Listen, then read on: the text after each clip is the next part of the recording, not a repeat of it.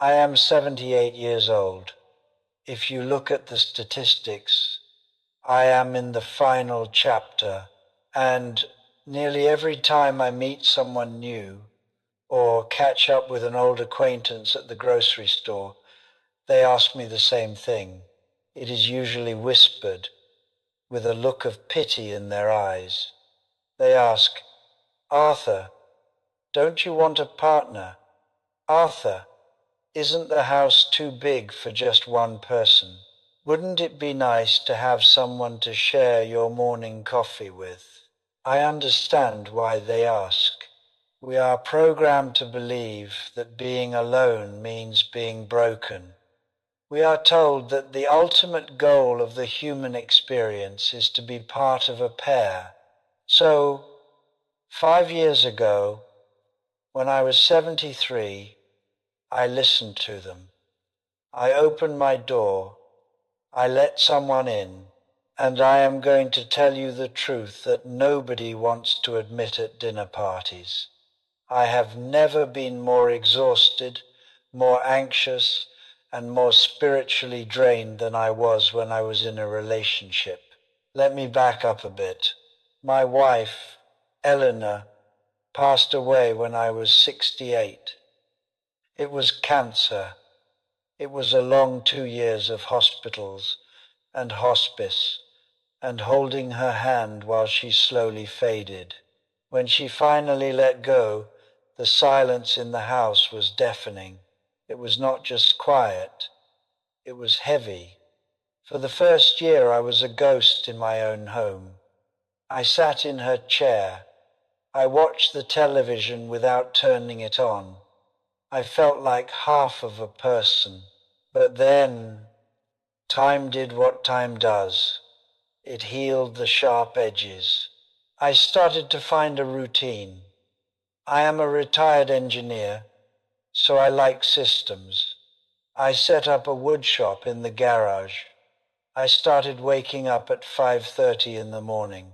I would make a pot of black coffee, sit on the back porch, and watch the sun come up over the oak trees. No talking, no news, just the birds and the steam rising from my cup. It became my sanctuary. I started building furniture. I fixed the squeaky step on the stairs.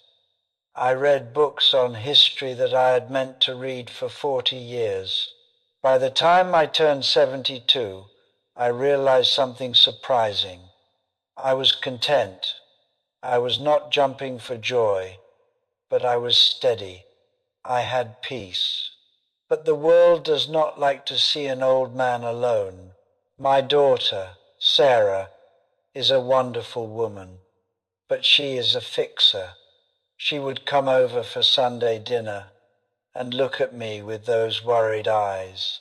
She would say, Dad, you are isolating yourself. Dad, humans are social creatures. You are going to wither away in this garage. Then came the neighbor, Mrs. Higgins. She cornered me while I was getting the mail. She told me about her friend, Sylvia. Sylvia was 70, a retired nurse, lively, drove a red car. You have to meet her, Arthur, she said. You too would be perfect. And you know, when enough people tell you that you are incomplete, you start to believe them. You start to look at your quiet life and think, maybe I am doing this wrong. Maybe this peace is actually just stagnation. So I agreed. I met Sylvia for coffee, and I will be honest with you, it was nice. Sylvia was full of energy. She had a laugh that could fill a room. She asked me about my woodworking. She complimented my shirt. For the first time in years, I felt seen, not as a grandfather, not as a widower, but as a man. We went on a second date, then a third. By the fourth month, We were, as the young people say, an item. Everyone was thrilled. My daughter was relieved. My neighbors gave me the thumbs up. Arthur has got a girlfriend. Good for him. And in the beginning, it was good. We went to the theater. We tried new Italian restaurants. I put on my nice slacks and shaved every day. It felt like I was living a second youth. But then, the reality of merging two lives at 73 years old began to set in. And it was not the big things, it was the thousand little things. It started with the phone. Before Sylvia, my phone was a tool. It sat on the kitchen counter. I used it to call the plumber or check the weather. With Sylvia, the phone became a leash. She loved to text. Good morning. What are you doing? Thinking of you. Look at this picture of my cat. If I did not reply within 20 minutes, she would call, Is everything okay? You didn't answer. I found myself carrying the phone in my pocket, even when I was in the workshop. I would be in the middle of sanding a beautiful piece of cherry wood, in the flow, completely at peace, and then buzz, buzz, buzz. The interruption would snap me out of my focus. My shoulders would tighten. I started to feel a low-level anxiety, a constant vigilance. I was no longer the master of my own time. Then there was the energy deficit. This is something people in their 40s or 50s might not fully grasp yet. When you are 73, your energy is a finite resource. It is like a battery that does not hold a charge as well as it used to. I cherished my afternoons. After lunch, I liked to sit in my chair, read a chapter of a book, and maybe close my eyes for 20 minutes. It was how I reset. Sylvia did not operate that way. She had a nervous energy.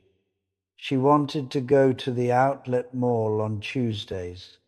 She wanted to drive an hour to see a botanical garden on Thursdays. She wanted to host dinner parties on Saturdays. I would come home from these excursions completely depleted. My knees would ache. My brain would feel like fog. I would tell her, Sylvia, I need to rest today. And she would look at me with this hurt expression. She would say, Arthur, we are burning daylight. We don't have that much time left. We should be living. She made me feel guilty for being old. She made me feel guilty for wanting stillness. I found myself saying yes to things I hated, just to avoid the conversation about how I was being boring. I was performing happiness while my internal battery was flashing red. Let's talk about the finances. This is the taboo subject. I worked hard for 40 years as an engineer. I saved. I have a pension and my social security, but I live on a budget. I know exactly how much I can spend to ensure I never become a burden to my children. My life before Sylvia was inexpensive. I cooked at home. I drank water. I bought tools occasionally. Dating at 73 is expensive. Sylvia liked to eat out 3 times a week. $50 here, $80 there. She liked the theater. She liked weekend trips to bed and breakfasts. $150 a night, plus gas, plus meals. After 6 months, I looked at my bank account and I felt a cold spike of fear. I was dipping into my savings. I was spending money that was meant for my potential long-term care or for my grandchildren. I tried to bring it up. I said, Sylvia, we need to scale back. Can we just cook dinner here? She said, Oh, Arthur, you can't take it with you. Stop being a miser. But it wasn't about being a miser. It was about security. It was about the fact that I cannot go out and get another job at 73. This money is all there is. I lay awake at night doing mental math, calculating inflation, worrying about the cost of a new roof.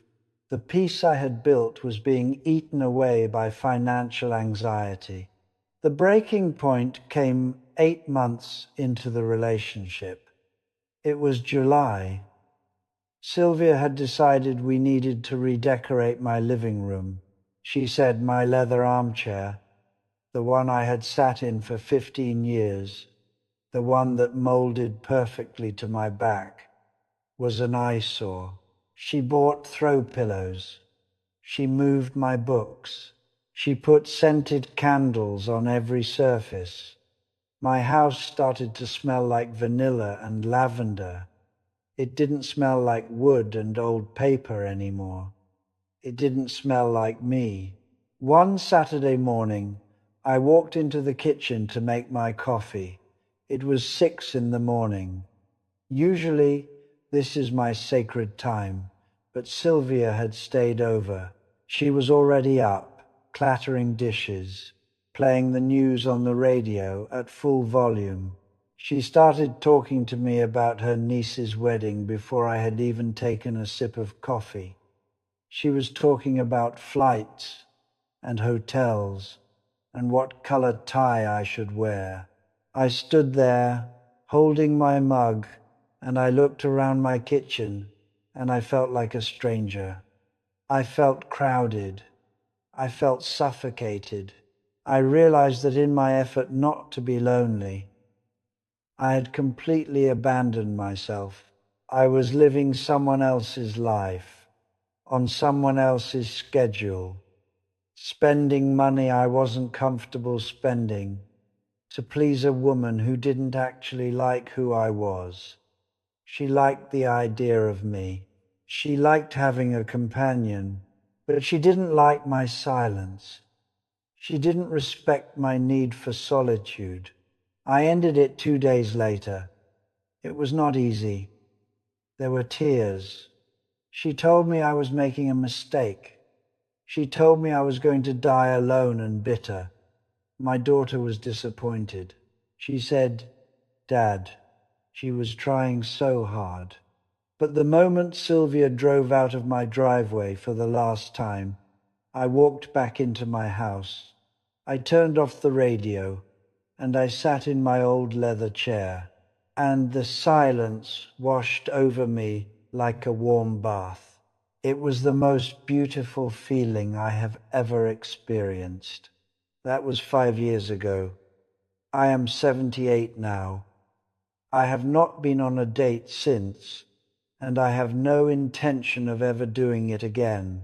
And I want to tell you what I have learned, because if you are 60 or 65 or 70, people are lying to you about what happiness looks like. First, you have to understand the difference between loneliness and solitude. Loneliness is a feeling of lack. It is a pain. Solitude is a state of being. It is a glory. When I was with Sylvia, I was never alone, but I was incredibly lonely because I could not hear my own thoughts.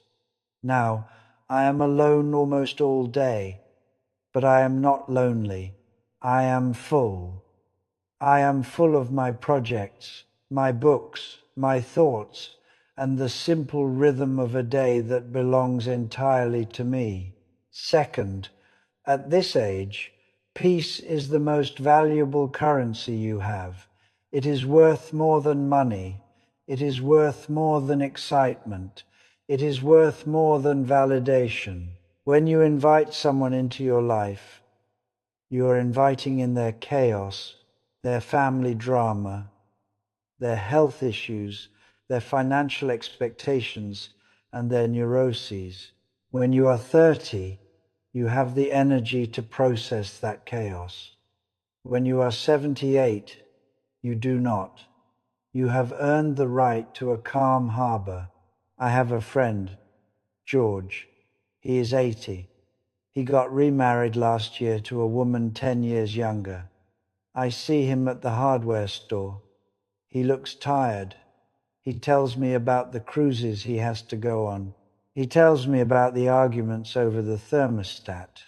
He tells me he misses his old dog that his new wife made him give away because she was allergic. He has a ring on his finger, but he has lost the sparkle in his eye.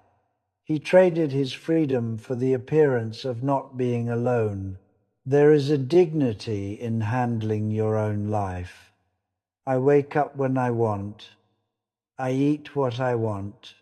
If I want to spend 3 days working on a birdhouse without speaking to a soul, I do it. I am not accountable to anyone's emotional state but my own. And yes, sometimes, on Christmas Eve, or when I see a couple holding hands in the park, I feel a momentary pang, a little twinge, but I let it pass. Because I know the cost of that hand-holding. I know the price of admission, and I am no longer willing to pay it. So, to those of you listening who are feeling the pressure, maybe you are divorced, or widowed, or have always been single, and you have friends telling you to get on the apps, to get out there. I am giving you permission to stop. I am giving you permission to say, no, thank you. You are not a failure because you are alone. You are not incomplete. If you find someone who fits into your peace without disrupting it, that is a miracle. Grab it, but do not tear your life apart trying to fit a square peg into a round hole just because you are afraid of the quiet. The quiet is not your enemy. The quiet is where you finally meet yourself. And at 78, I have found that I am actually pretty good company.